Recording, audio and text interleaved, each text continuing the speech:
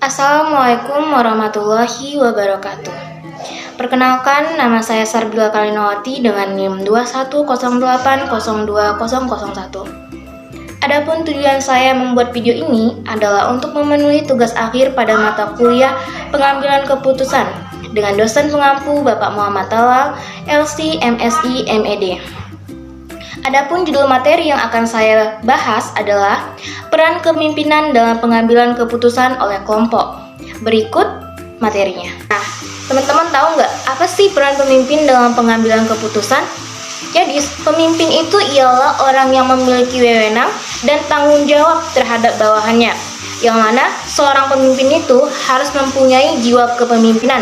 Yang mana jiwa kepemimpinan itu adalah jiwa seorang pemimpin yang dapat mempengaruhi orang lain ataupun yang dapat mempengaruhi perilaku individu ataupun kelompok dalam suatu masyarakat untuk mengikuti aturan ataupun arahannya. Nah, seorang pemimpin itu harus mempunyai kemampuan dalam pengambilan keputusan. Mengapa demikian? Sebab keputusan yang diambil oleh seorang pemimpin akan menjadi aturan yang akan dijalankan oleh setiap orang yang berada di dalam suatu organisasi atau instansi yang dipimpinnya. Nah, dan keputusan yang dibuat akan menjadi tujuan dan target yang akan dicapai oleh organisasi atau instansi tersebut. Lalu selanjutnya, cara-cara mengatasi situasi konflik dalam kelompok. Yang pertama, memberikan kesempatan kepada semua anggota kelompok untuk mengemukakan pendapatnya tentang kondisi-kondisi yang penting yang diinginkannya. Gini, ketika terjadi suatu permasalahan di dalam suatu organisasi dalam pengambilan keputusan ataupun dalam membuat aturan dalam suatu instansi ataupun organisasi tersebut, maka setiap orang akan dikumpulkan ataupun setiap anggota itu akan dikumpulkan oleh pemimpin untuk dimintai pendapat tentang apakah aturan tersebut sudah sesuai dengan kesepakatan bersama atau belum. Nah, jika mungkin nanti ada salah seorang dari anggota kelompok tidak menyetujui aturan yang dibuat, maka pemimpin berhak menanyakan sebab ataupun alasan dari seorang tersebut. Nah, nanti jika pemimpin memang bisa menerima masukan dari orang tersebut, maka hal itu akan dipikirkan lagi oleh seorang pemimpin apakah nanti akan dibuat sedemikian rupa. Nah, pendapat dari orang tersebut akan dipikirkan lagi oleh seorang pemimpin apakah pendapat atau masukan dari orang tersebut sesuai dengan kondisi-kondisi orang yang berada dalam suatu organisasi tersebut. Nah, ketika sudah sesuai dengan kondisi ataupun suatu budaya dalam organisasi tersebut, maka hal tersebut dapat disepakati secara bersama. Yang kedua, meminta satu pihak menempatkan diri pada posisi orang lain dan memberikan argumentasinya mengenai posisi tersebut. Nah, maksudnya begini, ketika terjadi dalam suatu organisasi itu permasalahan atau konflik dalam pengambilan keputusan, maka seorang akan dibuat ataupun diposisikan pada posisi orang lain. Apakah dia merasakan hal positif atau negatif daripada keputusan yang diambil oleh seorang pemimpin, atau nanti argumentasinya akan menjadi masukan bagi pemimpin. Jika hal tersebut baik, maka aturan tersebut akan dijalankan, dan jika tidak mungkin akan diperbaiki dan akan dibuat sebaik mungkin oleh seorang pemimpin. Ketiga, kewenangan pimpinan sebagai sumber kekuatan kelompok. Nah, maksudnya di sini seorang pemimpin itu harus dituntut bisa memiliki kekuatan seperti berkarismatik, cerdas, lalu dia itu bisa mengambil keputusan yang baik bagi instansi ataupun organisasi yang dipegangnya. Nah, karena jika seorang pemimpin yang cerdas ataupun yang baik, maka organisasi yang akan dipegangnya akan berjalan dengan baik pula. Begitu pula sebaliknya. Nah, jadi sumber kekuatan tersebut sangat berpengaruh terhadap kelompok dan terhadap organisasi. Pengembangan tim. Nah, bagaimana sih cara melakukan pengembangan tim?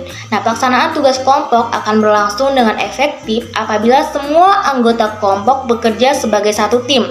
Peranan pimpinan kelompok sangat penting dalam pengembangan tim. Tujuannya agar mampu bekerja sebagai kesatuan yang kompak. Alasan yang kuat menyatakan bahwa pemimpin itulah satu-satunya orang dalam kelompok yang dapat mengikat semua anggota kelompok. Walau demikian, pemimpin juga memerlukan partisipasi dan dukungan dari semua anggota kelompoknya. Selain itu, untuk menciptakan pengembangan tim, maka perlu adanya suasana persahabatan yang harus dipupuk oleh para anggota kelompok. Serta kemampuan anggota kelompok sangat penting untuk pengembangan tim agar bisa mencapai tujuan bersama. Nah, lalu di sini ada faktor-faktor kepemimpinan kelompok. Yang pertama, hubungan baik dengan para anggota kelompok. Jadi, seorang pemimpin itu harus bisa menjadi fleksibel atau bisa membangun hubungan baik dengan anggota kelompoknya.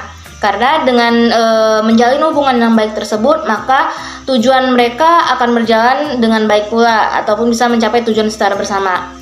Yang kedua, sukar tidaknya masalah yang harus dipecahkan. Nah, jadi di sini faktor seorang pemimpin itu harus bisa memecahkan suatu masalah. Apakah masalah itu sulit ataupun tidak, maka seorang pemimpin itu sangat memerlukan yang namanya pendapat ataupun masukan dari para anggota kelompoknya. Selanjutnya yang ketiga, keterbatasan waktu. Nah, jadi dengan adanya kelompok, maka tugas-tugas yang dibuat tersebut akan berjalan dengan waktu yang tepat ataupun sesuai dengan waktunya. Jadi tidak ada yang namanya terlambat deadline-nya atau apa, karena di dalam suatu kelompok tersebut peran pemimpin itu akan membentuk suatu kelompok yang bekerjasama dengan efektif sehingga menghasilkan suatu hasil yang baik pula. Nah, yang keempat, tanggung jawab kelompok atas keputusan yang diambil. Jadi setiap orang yang berada dalam suatu organisasi atau instansi tersebut memiliki tanggung jawabnya masing-masing terhadap keputusan yang sudah diambil. Lalu yang kelima, kemahiran pimpinan kelompok, yang mana kemahiran seorang pemimpin itu sangat berpengaruh besar terhadap organisasi ataupun instansi yang dipegangnya. Karena seorang pemimpin itu sangat memiliki peran besar ataupun memiliki peran yang sangat berpengaruh terhadap organisasi yang dipegangnya dalam mengarahkan, mengontrol bawahannya. Nah, jadi seorang pemimpin itu harus mahir dalam memimpin kelompoknya. Nah, yang terakhir, hasil pemikiran kelompok ini adalah menjadi pembahasan terakhir kita, yang mana di dalam sebuah hasil daripada pemikiran kelompok itu, semua orang yang berada dalam suatu organisasi tersebut akan memberikan pemikiran-pemikiran ataupun ide-idenya. Nah, di dalam hasil pemikiran kelompok ini, jangan sampai para anggota kelompok yang tidak mau dan tidak mampu menyumbangkan pikiran dan pendapatnya berlindung di balik dalih bahwa apa yang dihasilkan merupakan hasil dari pemikiran kelompok, padahal mereka tidak menyumbangkan pikiran dan idenya sama sekali. Inilah hasil dari pembahasan saya mengenai peran pemimpin dalam pengambilan keputusan oleh kelompok. Apabila ada pembahasan yang kurang, maklumlah saya masih belajar. Saya akhiri. Assalamualaikum warahmatullahi wabarakatuh.